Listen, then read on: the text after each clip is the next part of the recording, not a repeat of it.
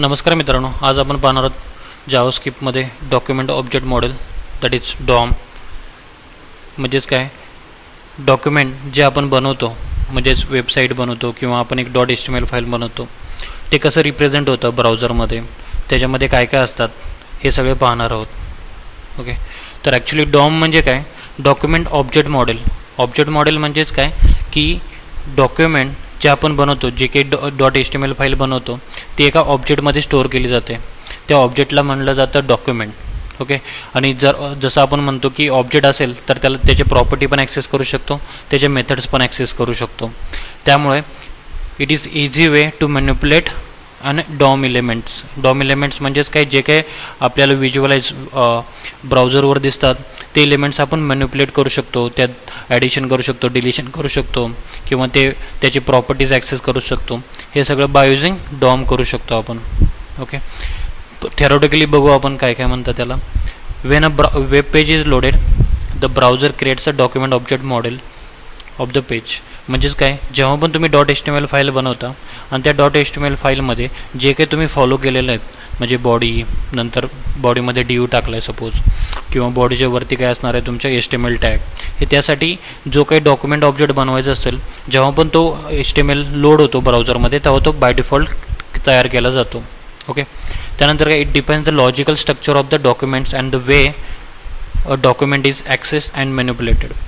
म्हणजेच काय, एक लॉजिकल स्ट्रक्चर म्हणजेच काय, ऑब्जेक्ट, त्याच्यामध्ये पण ऑब्जेक्ट, हे आपण नंतर पुढे जाऊन बघणार आहे. म्हणजे एक लॉजिकल स्ट्रक्चर बनवलं जातं डिपेंडिंग अपॉन एलिमेंट्स, आणि त्या बाय युझिंग ते लॉजिकल स्ट्रक्चरमुळे आपल्याला इझी काय होतं की आपण त्याच्या मॅन्युप्युलेट करू शकतो, त्याच्या प्रॉपर्टीज ॲक्सेस करू शकतो, ह्यासाठी इझी होतं. त्यानंतर काय, the HTML DOM model is constructed as a tree objects. Tree object काय म्हटलं जातं की एकामध्ये एक नेस्टेड टाईप ऑफ ऑब्जेक्ट असतात. जर तुम्ही इथं राईट साईडला इमेज फाईल तर आपलं HTML टॅग कुठून चालू होतं, HTML फाईल कुठून चालू होते, HTML टॅगपासून. त्यानंतर हेड, नंतर बॉडी, बरोबर आहे. हेडमध्ये काय असतं, टायटल असतात, नंतर मेटा टॅग असतात, बरोबर आहे. आणि बॉडीमध्ये काय असतं, डिपेंडिंग अपॉन आवर रिक्वायरमेंट, की मला डायरेक्टली DU ॲक्सेस करू शकतो किंवा अँकर टॅग टाकला सपोज, ह्या एक्झाम्पलमध्ये लिहिलं आहे. त्याच्यामध्ये ॲट्रिब्यूट काय असतं, href असतं. त्याच्यामध्ये एलिमेंट टाकू शकतो आपण, h1 टाकू शकतो जर आपल्याला त्याची हाईट आणि विड्थ जरा जास्त द्यायची असेल तर. त्याच्यामध्ये टेक्स्ट पण असतं. ओके, त्यानंतर H1मध्ये मी जसं म्हटलं की तुम्हाला हाईट अँड विड्थ जरा जास्त देत असेल तर तुम्ही H1 टॅग पण यूज करू शकता. म्हणजेच काय, हे सगळं ट्री स्ट्रक्चर तुम्ही मेंटेन करून कोण स्टोअर करता, सगळं डॉम ऑब्जेक्ट तुम्हाला स्टोअर करून देतो. म्हणजे तुम्हाला फक्त डॉक्युमेंट हा ऑब्जेक्ट यूज करून तुम्ही सगळ्या प्रॉपर्टीज आणि मेथड्स ॲक्सेस करू शकता. नेक्स्ट पाहूया की प्रॉपर्टीज आणि मेथड्स कसे डिफाईन केले जातात, त्याचा मेनली यूज काय. तर डॉम प्रोग्रॅमिंग आपल्याला इंटरफेस देतो. प्रोग्रामिंग इंटरफेस म्हणजेच काय की जेव्हा ते पेज लोड होईल, आपण बघणार पुढे जाऊन की जेव्हा ते पेज लोड होईल, जेव्हा तो डॉक्युमेंट ऑब्जेक्ट बनवेल, त्यावेळी आपल्याला प्रोग्रामॅटिकली आपण काहीही चेंज करू शकतो. जणू की त्या DUमधला डेटा चेंज करायचा आहे किंवा इनपुट टॅगमधल्या प्रॉपर्टी चेंज करायचे आहेत, हे सगळं प्रोग्रामिंग इंटरफेस आपल्याला कोण देतं, डॉम देतं. ओके, त्यानंतर in the DOM all the HTML elements are defined as a object. मी जसं म्हटलं की सपोज ह्या केसमध्ये जर प्रत्येक आपण जर बघायला गेलो तर बॉडी, डॉक्युमेंट डॉट बॉडीवरनं आपण हा ऑब्जेक्ट ॲक्सेस करू शकतो. त्यानंतर अँकर टॅगला सेपरेट ऑब्जेक्ट असाइन होतो. त्यानंतर काय, H1ला वेगळा ऑब्जेक्ट असाइन होतो. म्हणजे जेवढे काही एलिमेंट्स आहेत डॉममध्ये त्याच्यासाठी काय होतं, ऑब्जेक्ट असाइन होतो आणि तो ॲज अ ऑब्जेक्ट ट्रीट होतो आणि तुम्ही त्यातल्या प्रॉपर्टीज आणि मेथड्स कॉल करू शकता. The programming interface is the properties and methods of each object. म्हणजे मी जसं म्हणतो की ऑब्जेक्टला काय असतात, प्रॉपर्टीज आणि मेथड्स असतात. का प्रॉपर्टीज आणि मेथड्स असतात की त्याच्या प्रॉपर्टीज जर तुम्हाला ॲक्सेस करायचं असेल तर ॲक्सेस करू शकता, आणि जर त्याच्यात मॅन्युप्युलेशन करायचे असतील काही गोष्टी तर मॅन्युप्युलेट पण करू शकता. Okay, a property is a value that can be set, get और सेट. म्हणजेच काय, सपोज आपण बघणार आहे की एक्झाम्पलमध्ये की इनपुट टॅग घेतला तर आपल्याला त्याच्या प्रॉपर्टीज ॲक्सेस कसं करायचे आणि सेट कसे पण करू शकतो बाय युझिंग प्रॉपर्टी. मेथड कशासाठी की action can you do like adding और डिलीटिंग एनी HTML एलिमेंट. म्हणजे तुम्हाला HTML एलिमेंट प्रॉपर तो डिलीट करायचं किंवा इन्सर्ट करायचं तर त्यासाठी आपण काय यूज करू शकतो, मेथड्स यूज करू शकतो. ओके, म्हणजे डॉम हा खूप मोठा टॉपिक नाही, छोटासा टॉपिक आहे ज्याच्यामध्ये तुम्हाला काय करावं लागतात, काही मेथड्स लक्षात ठेवावं लागतात आणि काही प्रॉपर्टीज लक्षात ठेवावं लागतात. पण प्रॉपर्टीज आणि मेथड्स जर डिपेंडिंग आपण तुम्ही ऑब्जेक्ट बघितला, म्हणजे सपोज तुम्ही डिव घेताय किंवा इमेज घेताय किंवा इनपुट टॅग घेत आहे, तर ते इनपुटच्या प्रॉपर्टीज काय असतात, व्हॅल्यू असते, आय डी असते, ह्या सगळ्या गोष्टी असतात. इमेजचे काय असते, SRC असते, हे सगळं तुम्हाला लक्षात पाहिजेत. त्यासाठी जेव्हा तुम्हाला प्रॉपर्टीज लक्षात असतील तेव्हा तुम्ही डॉम म्हणजेच काय डॉक्युमेंट ऑब्जेक्ट वापरण्यासाठी खूप तुम्हाला उपयोगी पडतात ती गोष्ट. ओके, तर डॉममध्ये कोणत्या कोणत्या मेथड्स असतात, document dot get element by ID. Okay, तर पहिल्यांदा आपण हे सगळं बघण्याच्या आधी हे 3 मेथड्स आहेत, document dot get element by ID, elements by tag name, class name. त्याच्या आधी आपण एक हे बनवू HTML फाईल. मी सध्या आपल्या एक्झाम्पलसाठी एक HTML फाईल बनवलेलं आहे. त्याच्यामध्ये काय आहे स्ट्रक्चर आहे ते मी तुम्हाला सांगतो, एक्सप्लेन करतो. ओके, तर एक पेरेंट डिव्ह घेतला आहे, हा तर नॉर्मल HTMLचा कोड आहे. त्यानंतर हेड टॅग आहे, जसं आपण हे करतो त्याच्यामध्ये मेटा टॅग आणि टायटल्स आहेत आपले. ओके, त्यानंतर आहे आपले बॉडी टॅग. बॉडी टॅगमध्ये जे आपण बॉडीमध्ये येतो ते व्हिज्युअलाइज होतं UI मध्ये. ओके, त्याच्यामध्ये आपण एक घेतलं आहे पेरेंट डिव्ह, कारण आपल्याला नंतर पुढे जाऊन एक्झाम्पलमध्ये बघायचं आहे की त्याचे चाइल्ड इलेमेंट कसे ॲक्सेस करायचे, त्याचे चाइल्ड इलेमेंट रिप्लेस कसं करायचं आहे, अपेंड कसे करायचे, हे सगळे गोष्टी आपण पॅरेंटसाठी घेतलेले, पॅरेंट डिव्ह घेतलं त्यासाठी. त्या पॅरेंट डिव्हमध्ये मल्टिपल डिव्हस आहेत, छोटे छोटे डिव्ह आहेत. ओके, ते डिव्हमध्ये टेक्स्ट आहेत, जावास्क्रिप्ट, अँग्युलर, रिॲक्ट, काही नंतर कोर्स आहे. कोर्समध्ये तुम्ही इनपुट करून घेता, त्या इनपुट टाईप दिला आहे म्हणजे तुम्ही तिथे टेक्स्ट बॉक्स बघू शकता. नंतर सबमिट एक बटन दिलेलं आहे. ओके, तर ह्या जे काही कोर्स आहेत तुमच्या कोर्सला काय दिलेलं आहे, ID दिला आहे. जावास्क्रिप्ट असेल तर जावास्क्रिप्ट ID, अँग्युलर असेल तर अँग्युलर ID, म्हणजे हा एक प्रॉपर्टी टाकलेला आहे. प्रत्येक HTML एलिमेंटला काय असतं, ID टॅग असतो, ID प्रॉपर्टी असते, तुम्ही ID सेट करू शकता. आपल्याला नंतर पुढे जाऊन बघायचं आहे की कशासाठी वापरलं आपण. ओके, आणि हे याच्यासाठी काय केलं आपण एक इनपुट टॅग पण घेतलेला आहे. आणि जे काही कोर्सेस आहेत त्याला कॉमन क्लास दिला आहे, that is a course. Okay, तर हा तुम्ही HTML स्ट्रक्चर बघू शकता. त्यानंतर हा HTML रन करून पाहूया आपण. मी ओपन करतो कंटिन्यू फोल्डर. त्यानंतर हा HTML फाईल ब्राउझरमध्ये ओपन करतो. ब्राउझरमध्ये ओपन केल्यानंतर तुम्हाला दिसेल की इथं जर पाहायला गेलं कोडमध्ये तर पहिला पेरेंट डिव्ह आहे, त्यानंतर 1 2 3 4 आणि 5 इनर डिव्हज आहेत आणि ते इनर डिव्हजमध्ये वेगवेगळा टेक्स्ट आहे. ओके, इथं पण तुम्ही पाहू शकता की एक पेरेंट डिव्ह आहे. पेरेंट डिव्ह नंतर इथं ते हायलाईट पण होतं, तुम्ही झूम करतो इथं. ओके,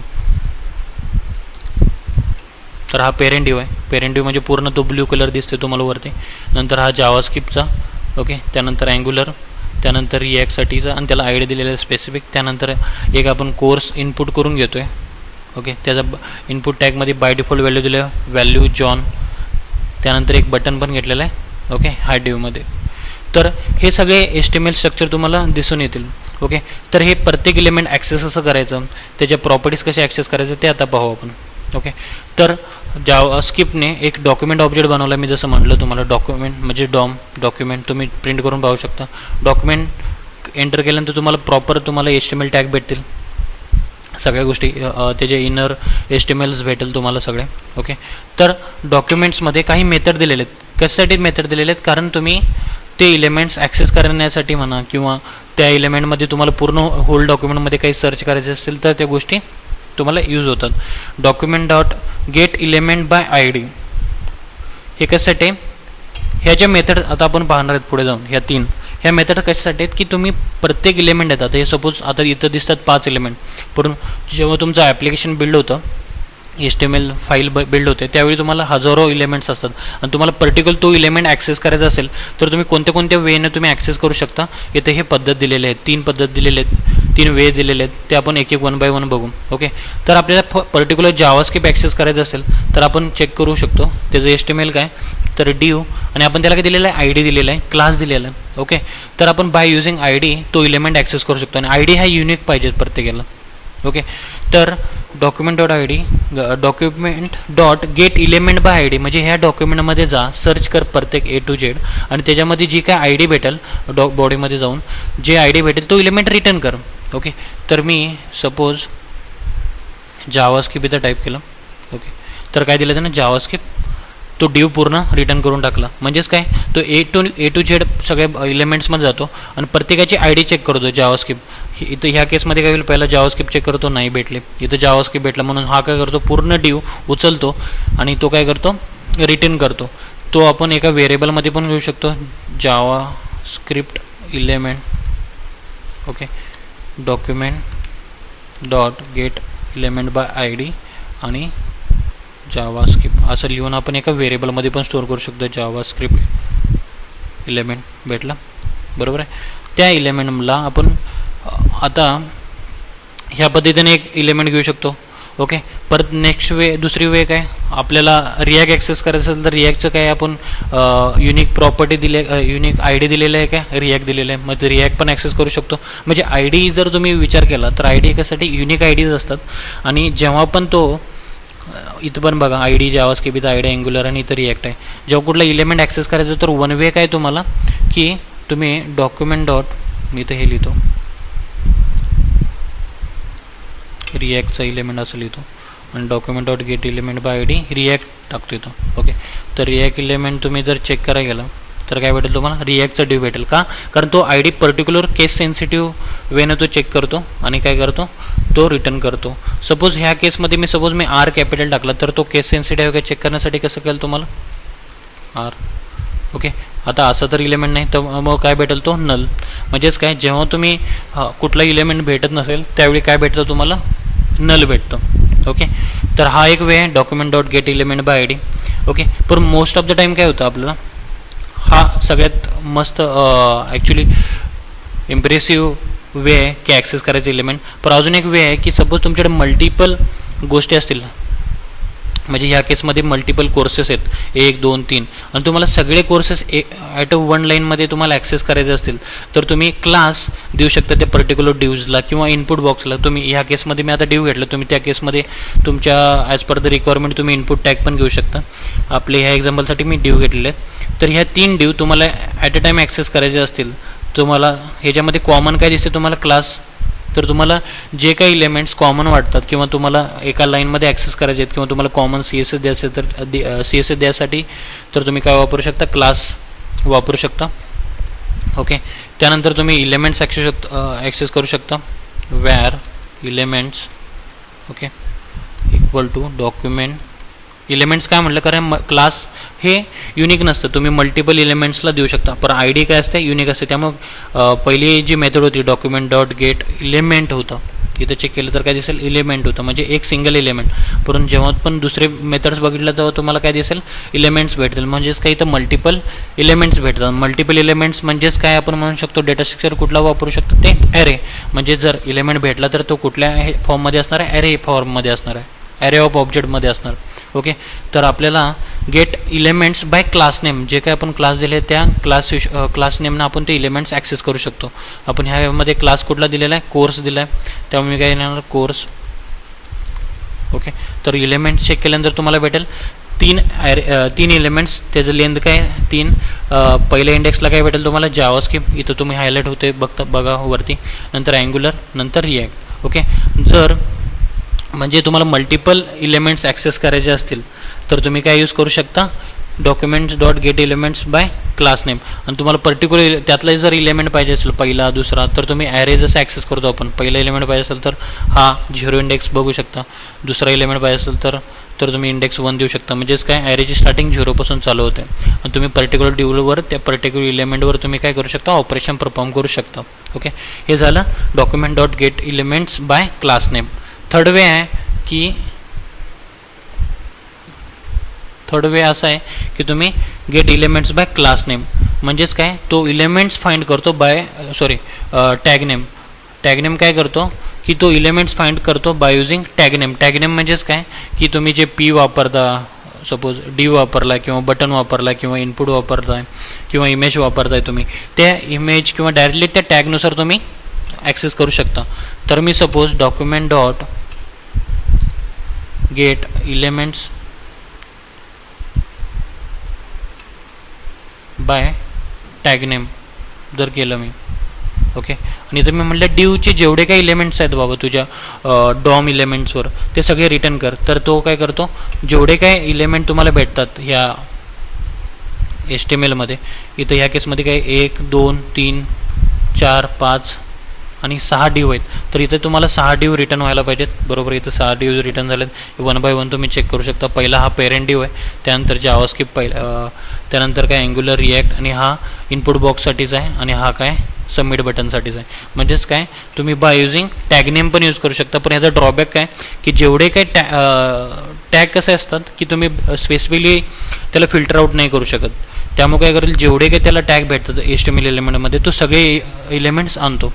म्हणजे तुम्हाला अशी रिक्वायरमेंट असेल की सगळ्या डिवला जेवढे काही डिव आहेत तुमच्या HTML एलिमेंट, आणि त्याला काहीतरी तुम्हाला चेंज करायचं असेल, प्रॉपर्टी चेंज करायचं असेल, तर तुम्ही काय यूज करू शकता, gate elements by tag name use करू शकता. पण हे रिकमेंडेड नाही जे असतं. तुम्ही आयदर क्लास नेम यूज करा जर तुम्हाला मल्टिपल व्हेरिएबल्स ॲक्सेस करायचे असतील, किंवा तुम्ही सिंगल एलिमेंट ॲक्सेस करायचं असेल तर त्या पर्टिक्युलर एलिमेंटला ID देऊ शकता, ओके. हा झाला थर्ड वे.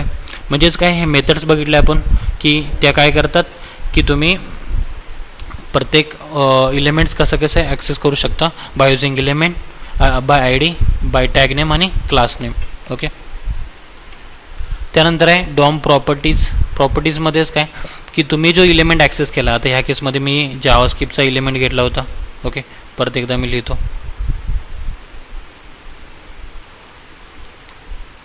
जावास्क्रिप्टचा एलिमेंट घेतला, बरोबर आहे. Var JavaScript element equal to document dot get element by ID JavaScript. म्हणजेच हा एलिमेंट कुठला आहे तुमचा, जर जावास्क्रिप्ट मी प्रिंट करून बघितला तर तो हायलाईट झाला बघा वरती, तो आहे. त्याचं जर आपण प्रॉपर्टीज काही चेंज करायचे असतील, म्हणजेच काय जे काय ॲट्रिब्यूट्स असतील त्याचे ते चेंज करायचे असेल तर आपण काय करू शकतो, चेंज. म्हणजेच काय मला ह्या डिवच्या इनर HTML काय दिसतंय, म्हणजे हे टेक्स्ट कुठला दिसतो, जावास्क्रिप्ट दिसतो. सपोज मला जावास्क्रिप्टचा तो टेक्स्ट चेंज करायचा आहे, ओके. तर मी काय चेंज करणार, JavaScript element dot inner HTML. म्हणजेच काय मी त्या इनर HTML त्याचा चेंज करू शकतो. म्हणजे जावास्क्रिप्टच्या ऐवजी मी काय लिहिलो की JS change the text, okay. पहिला UIवर काय दिसतो तुम्हाला, जावास्क्रिप्ट. आता मी जर एंटर मारलं तर ह्या जावास्क्रिप्टचं टेक्स्ट काय होतं हे चेक करू आपण, ओके. काय चेंज झालं, JS change the text, okay. म्हणजेच काय आपण प्रोग्रामॅटिकली जसं या लाईनमध्ये लिहिलेलं आहे की DOM is a programming interface. By using programming आपण काय करू शकतो, डॉमचा म्हणजेच काय ब्राउझरचे सगळे काही इलेमेंट चेंज करू शकतो, त्याच्यामधले मॅनिप्युलेशन करू शकतो, ओके. तर ह्या गोष्टी आपण बाय युझिंग डॉम डॉक्युमेंट ऑब्जेक्टने करू शकतो, ओके. तर हा झाला पहिला की इनर HTML सेट करू शकतो. म्हणजेच काय हे मी फक्त आता 3च घेतलेले आहेत, तुम्ही कितीही घेऊ शकता, कारण डिपेंडिंग अपॉन जो काही इलेमेंट असेल त्याच्या त्या प्रॉपर्टीज असतात. जसं मी म्हटलं की इनपुट टॅग असेल तर त्याची व्हॅल्यू असते, प्लेस होल्डर असतात, तुम्ही चेंज करू शकता, ओके. तसंच आता ह्या केसमध्ये मी इनपुट टॅग घेतो, ओके. सपोज मी वॅर इनपुट इलेमेंट घेतो मी, ओके. हे इनपुट एलिमेंट एक व्हेरिएबल होतो त्याच्यामध्ये ठेवतो, document dot get element by ID. ह्याला ID दिले काही चेक करू पहिला, ओके. ह्या केसमध्ये काही ID VD दिलेली नाही, मग आपण कसं ॲक्सेस करू शकतो, बाय टॅग नेम ॲक्सेस करू शकतो, कारण इथं क्लास पण नाही दिले, by tag name, okay. Tag name काय आहे याचा, इनपुट टॅग आहे, बरोबर आहे. तर पण ह्या केसमध्ये तो इनपुट जेवढे काही एलिमेंट्स असतील तो रिटर्न करेल, पण आपल्या केसमध्ये आता एकच आहे त्यामुळे आपण वापरू शकतो. जर इनपुट एलिमेंट्स चेक केलं मी तर काय तुम्हाला ॲरे भेटेल, बरोबर आहे. कारण इथं काय वापरलं आपण tags name gate elements by tag name. तर आपण 0 इंडेक्सला तो काय भेटेल तुम्हाला, इनपुट टॅग भेटेल, इनपुट एलिमेंट 0 जर केला मी काय भेटेल तुम्हाला, हा प्रॉपर इनपुट टॅग भेटेल, ओके. तर त्याची व्हॅल्यू प्रॉपर्टी आता काय दिसते तुम्हाला, जॉन दिसते. आणि मला जर सपोज त्याची व्हॅल्यू प्रॉपर्टी चेंज करायचं आहे, जसं अँग्युलर रिॲक्ट JS झालं, सपोज मी इथं टाकलं की Vue.js,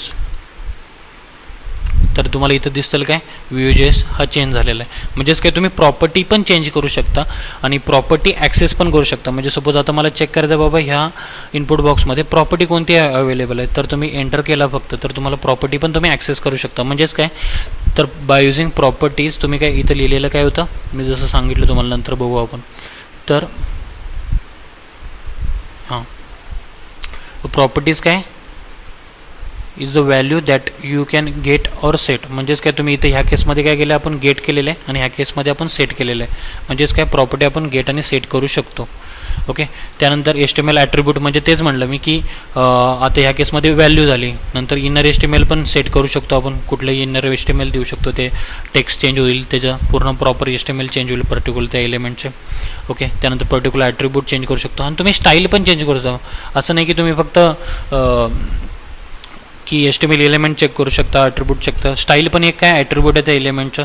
त्यामध्ये काय जर सपोज मी अँग्युलरला मला रेड कलर द्यायचा आहे. ओके. बॅकग्राऊंड कलर रेड द्यायचा आहे किंवा त्याला टेक्स्ट कलर रेड द्यायचा आहे. तर मी काय करणार वॅर अँग्युलर इलेमेंट पहिला एका व्हेरिएबलमध्ये स्टोअर करून घेऊ. Document dot get element by ID, कारण त्याला ID दिलेले आहे मी असं वाटतं मला. एक मिनटं चेक करू आपण. ओके. तर ID काय दिलेला आहे अँग्युलर. आपण डायरेक्टली ॲक्सेस करू शकतो अँग्युलर. तर तुम्हाला अँग्युलर इलेमेंट भेटेल. ओके. भेटला. त्यामध्ये तुम्हाला सपोज त्या इलेमेंटची स्टाईल चेंज करायची. स्टाईलमध्ये स्टाईल ऑब्जेक्टमध्ये भरपूर सारे अलाईन हे त्यांनी सगळ्या गोष्टी आपल्याला फक्त काय बॅकग्राऊंड कलर या सगळ्या गोष्टी चेंज करू शकता. पण मला यातलं काय चेंज करायचं कलर चेंज करायचं. सपोज म्हणजे फोरग्राऊंड कलर चेंज करायचा मला रेड करायचं आहे.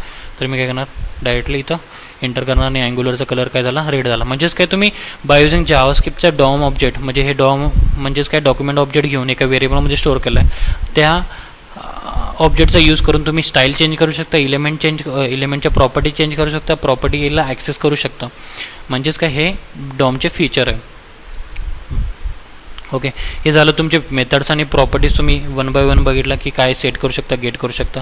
त्यामध्ये अजून काही गोष्टी आहेत की सपोज रन टाईमला तुम्हाला काही इलेमेंट्स टाकायचे आहेत किंवा इलेमेंट तयार करायचे, रिमूव्ह करायचे. जसं मी म्हटलं की आता तर हे फक्त टेक्स्ट चेंज झालं किंवा त्यातलं इनर HTML चेंज झालं, परंतु मला सपोज तो इलेमेंटच काढून टाकायचं किंवा त्याच्या चाइल्ड इलेमेंटमध्ये चाइल्ड इलेमेंट रिमूव्ह करायचं किंवा त्या पेरेंट डिव्हलपमध्ये एक चाइल्ड इलेमेंट टाकून द्यायचं आहे. तर मी काय काय करणार हे सगळे मेथड्स आपण आता वन बाय वन बघू. ओके. तर ह्या सिनारिओमध्ये की आपल्याला काय दिसतं 2-3 कोर्स दिसतात आपल्याला की JS, अँग्युलर आणि रिॲक्ट. आता सपोज एक नवीन कोर्स आला आहे. सपोज आपण त्याच्या आधी आपण एक डिव तयार करून घेऊ. वॅर न्यू डिव. Okay. Document dot create element.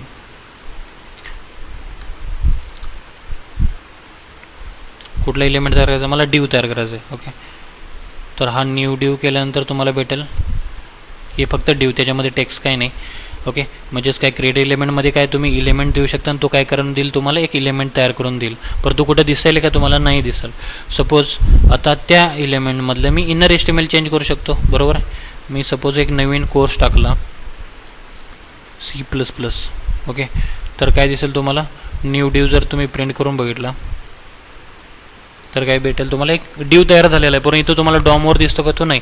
पण तुम्हाला तो डॉमवर टाकायचा असेल तर तुम्ही काय करू शकता कुठल्या तरी इलेमेंटच्या आत तुम्हाला ढकलू शकता किंवा त्या पेरेंटच्या इलेमेंटमध्ये तुम्ही टाकू शकता. आता बरोबर आहे. इथं आपण एक पेरेंट डिव घेतलेला आहे त्यासाठीच की त्या पेरेंट डिवमध्ये एक इलेमेंट ॲड करण्यासाठी. ओके. तर ह्या पेरेंट डिवमध्ये ऑलरेडी किती आहेत इलेमेंट्स 5 इलेमेंट आहेत. चेक करू शकतो आपण 1 2 3 त्यानंतर हा 4 आणि हा 5. आता आपल्याला 6वा इलेमेंट टाकायचं सपोज. तर 6वा इलेमेंट काय करू शकतो आपण तयार करून घेतला बाय युझिंग क्रिएट इलेमेंट. तो इलेमेंट आपण सबमिट बटन नंतर आपल्याला हे करायचं असेल तर आपण काय करू शकतो पेरेंट इलेमेंट पहिला ॲक्सेस करून घ्यायचं आपल्याला. Var parent element